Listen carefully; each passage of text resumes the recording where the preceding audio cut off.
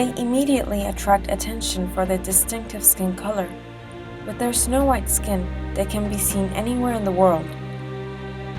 Many common beliefs about albinos are misconceptions and generally wrong. A person with albinism has a harder life than many might realize, especially on the African continent.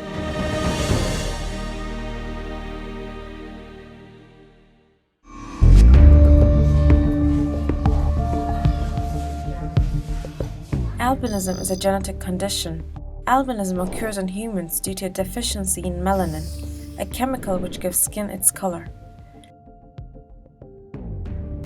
In order for a child to be born with albinism, both the mother and the father must be albino individuals. One parent carrying the gene is not enough. Albinism is not contagious. Individuals with albinism are very prone to having skin cancer and to losing their sight over time. They're also known as albinos. 1 in 17,000 people in the world has albinism.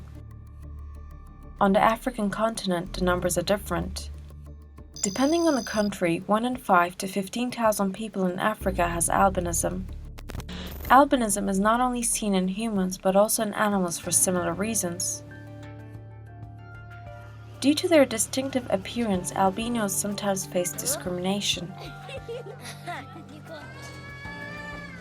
This is perhaps most true in Africa. They are treated like abnormal persons. Since they are white hair. We know Africans, most of the Africans are black.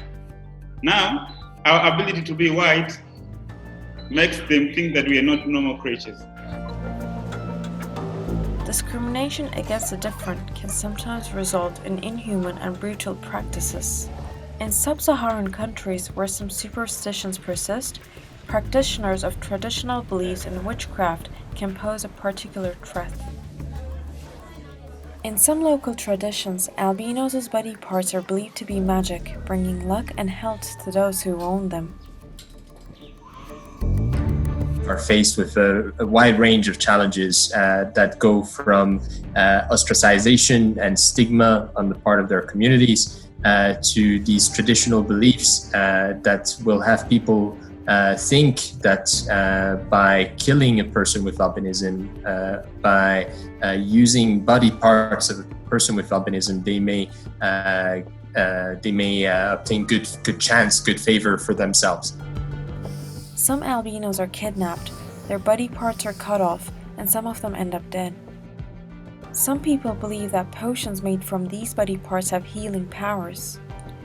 Each body part may be sold for high prices, some thousands of dollars. The danger is much greater for women and children, who are seen as easier targets. In sub-Saharan Africa, around 700 attacks on albinos were recorded over the past decade, but the real toll is estimated to be much higher. 2 countries stand out in terms of violence against albino individuals, Tanzania and Malawi. With a population of 56 million, 1 in 1,400 people in Tanzania is albino. In Malawi, with a population of 18 million, this rate is 1 in 1,800. As a result of growing social awareness of the threat of kidnapping or death, some criminals try another method. They dig up graves of albinos. Dead albino bodies are taken out of their graves to steal and sell their parts. Some claim that politicians in the region also take part in this illicit trade. We've got election in our country. So politicians believe that if he cut my hand and send it to a witch doctor, he'll get lucky. So now we are hunted in Tanzania. People are hunting people with albinism, believing that if he'll take one of my body parts, he'll become rich, or he'll get lucky to be voted. Along with the risk of being kidnapped, children with albinism face problems in getting education due to the problems with their eyesight. In many countries in the region, albinos do not have education opportunities. One temporary solution tried in Tanzania is to take albino children to isolated and protected areas to get their education. In Tanzania, we've seen a lot of children with albinism being effectively separated from their families and taken to these shelters where they have been, of course, physically protected, but at the same time separated from their communities, their parents, their loved ones, creating a whole host of other rights issues. Being albino on the African continent means living with many problems. It is a bitter irony that albinos experience brutal discrimination in Africa, while Black people continue to face discrimination all over the world. The global support is not enough. They don't know the challenges.